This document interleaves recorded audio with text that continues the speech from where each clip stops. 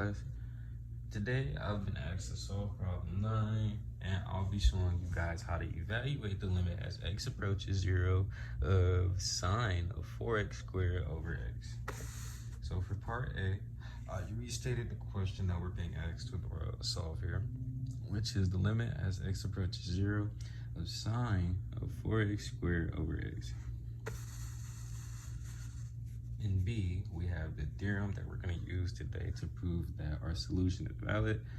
The limit as x approaches 0 of sine of x of f of x over f of x should always equal 1, as well as the limit as x approaches 0 of f of x over sine of f of x should also equal 1.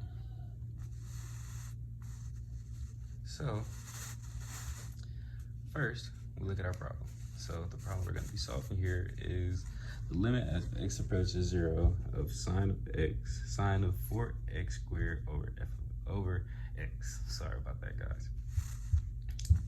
So after pulling f of x down, which is 4x, into the denominator from the numerator, we get something that looks like this, while also remembering that you cannot forget about the x in the denominator. So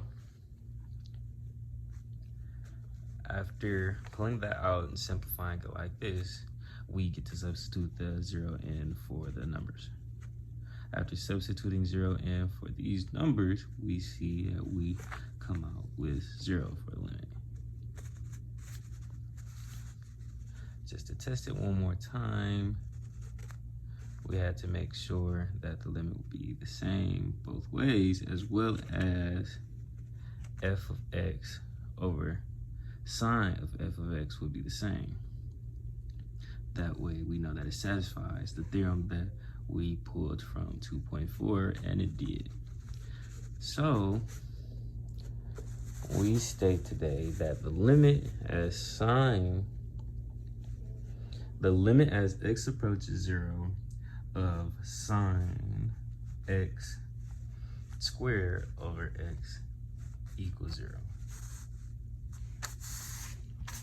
I have one more problem for you guys, and it's a true or false problem. So today we're being asked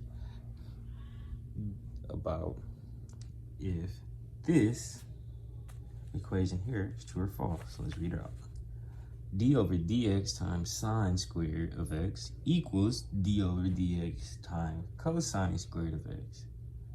So today we're just going to plug some numbers in and see.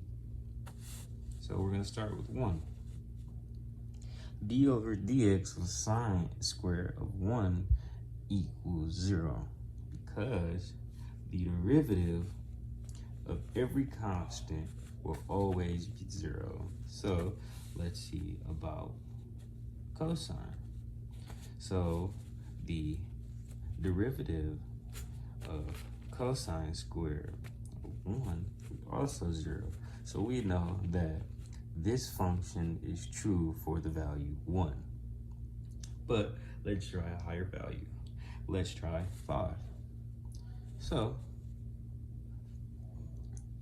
here we see that we have sine squared of 5 times d over dx, meaning the derivative, which will in turn give us 0. And here we have d over dx times cosine squared of 5, which gives us 0 too, because the cosine of 25 and the sine of 25, once taking the derivative, will both give you 0. So we know that this statement is true. So it is true that d over dx times sine squared of x is equal to d over dx times cosine squared of x.